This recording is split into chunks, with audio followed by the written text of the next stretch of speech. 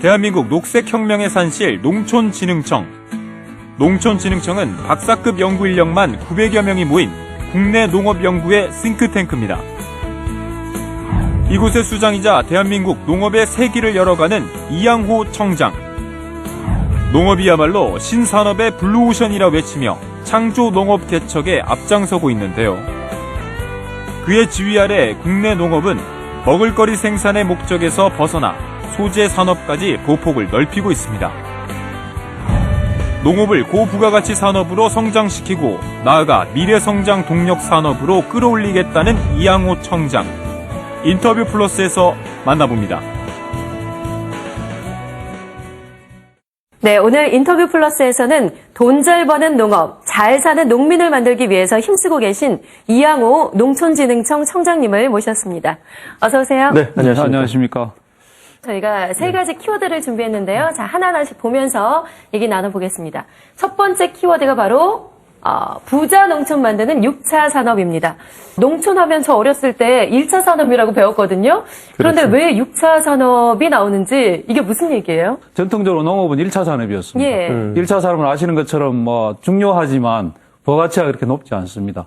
그래서 원료를 생산하는 것뿐만 아니라 그 식품으로 가공도 하고 또 서비스, 직거래, 유통, 외식, 체험관광 이런 거하고 연계를 하면 그게 3차가 됩니다. 예. 그래서 1, 2, 3을 더하면 6이 되고요. 농업을 생산 중심에서 2차, 3차가 다 연계해서 좀 고부가가치 산업으로 발전을 시켜서 소득도 올리고 또 농촌 지역에 일자리도 좀 창출해보자 해서 6차 산업화 하자고 저희들이 이제 국정과제로 해서 예. 추진하고 있습니다. 구체적으로 좀 6차 산업 성공 사례 좀 소개해 주시죠. 예를 들면 전북 임실에 가면 치즈 마을이 있습니다. 치즈 마을. 예. 우유를 생산하는 것뿐만 아니라 치즈를 만들고 또 만드는 체험을 하면서 소득을 많이 올리고 있는데요. 작년에도 7만 명이 방문을 해서 17억 원의 소득을 올렸습니다. 네. 아마 우유를 그냥 팔았으면 소득이 훨씬 적었을 겁니다. 예. 근데 이제 학생이라든지 또 장년층도 많이 와서 우리가 치즈를 먹긴 하지만 사실은 어떻게 만드는지 이걸 잘 모르지 않습니까? 그 직접 만드는 체험도 하고 이렇게 해서 이제 소득을 올리고 있고요. 6차 산업이 제대로 효자 노릇을 하고 있네요. 그러네요. 예. 그러네요. 그런데 이번에 농업 분야에서 또 정보통신 기술을 접목해서 확장하고 있다고 하던데 농진청에서 어떤 연구를 하고 있고 실질적으로 우리 진짜 농민들이 어떤 도움을 여기서 받을 수가 있는 거예요?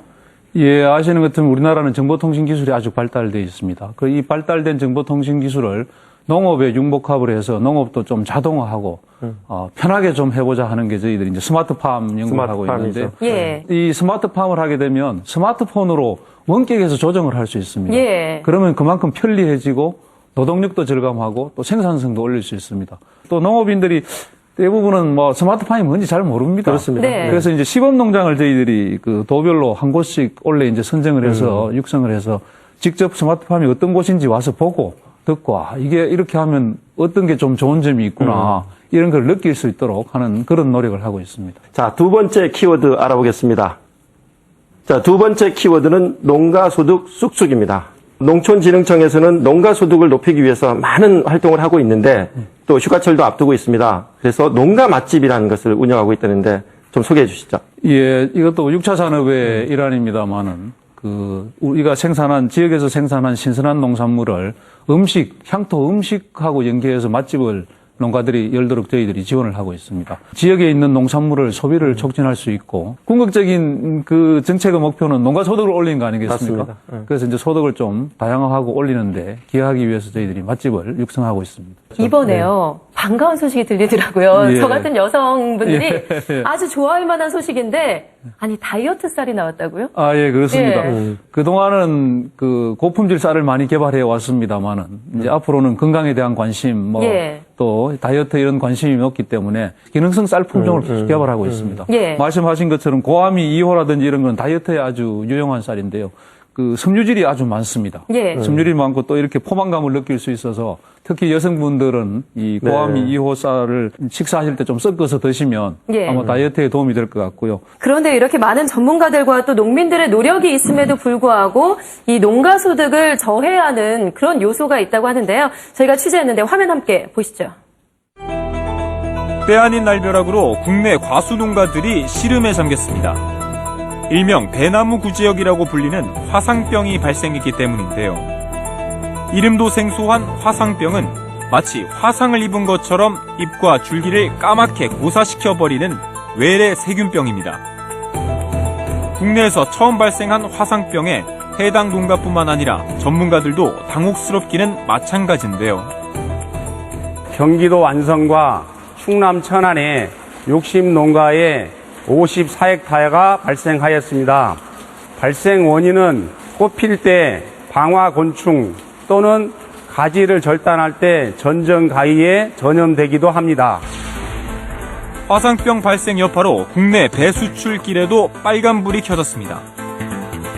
화상병이 발생한 국가의 사과와 배는 수입이 전면 금지되는 추세이기 때문인데요.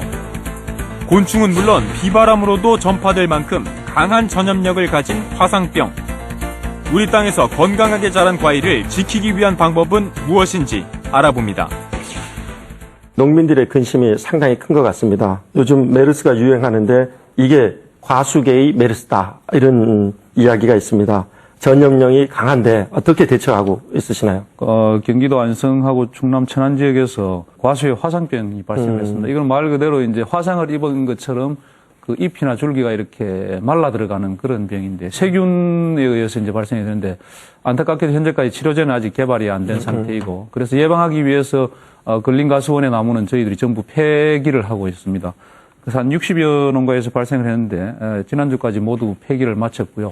앞으로 이제 역학조사가 진행 중입니다만은 발생 원인이나 이런 걸 이제 파악을 해서 박멸할 수 있도록 최선의 노력을 다하겠습니다. 예, 세 번째 키워드 함께 보시겠습니다. 네. 보여주세요.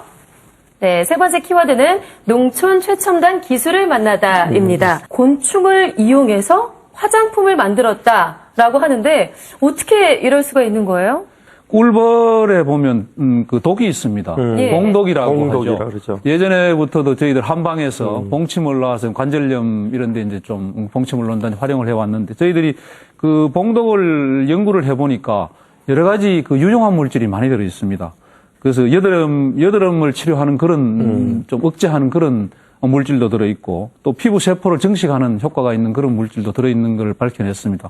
그래서 봉독을 가지고 이 봉독 화장품을 만들어서 아주 인기리에 지금 팔리고 있습니다. 예. 특히 그 여드름 같이 이렇게 트러블이 있는 피부에 아주 유용한 것으로 그렇게 예. 해서 청소년들한테도 많이 팔리고 있고요. 화장품까지는 이해가 되는데 예, 예. 이 곤충을 우리 먹는 식사용, 일반용, 환자식을 130여 종이나 만드셨다면서요? 징그러울 것 예. 같은데요. 가능하죠? 네. 그래서 전통적으로 저희들도 곤충을 먹어왔습니다. 예를 네. 들면 메뚜기하고 메뚜기는 먹었잖아요. 예. 누에, 번데기를 누에, 먹어왔죠. 번데기 두 종류만 먹고 있고. 먹어왔는데 저희들이 최근에 연구를 해보니까 갈색 거저리 애벌레, 저희들이 고소해라고 이름을 붙였습니다. 고소해. 예.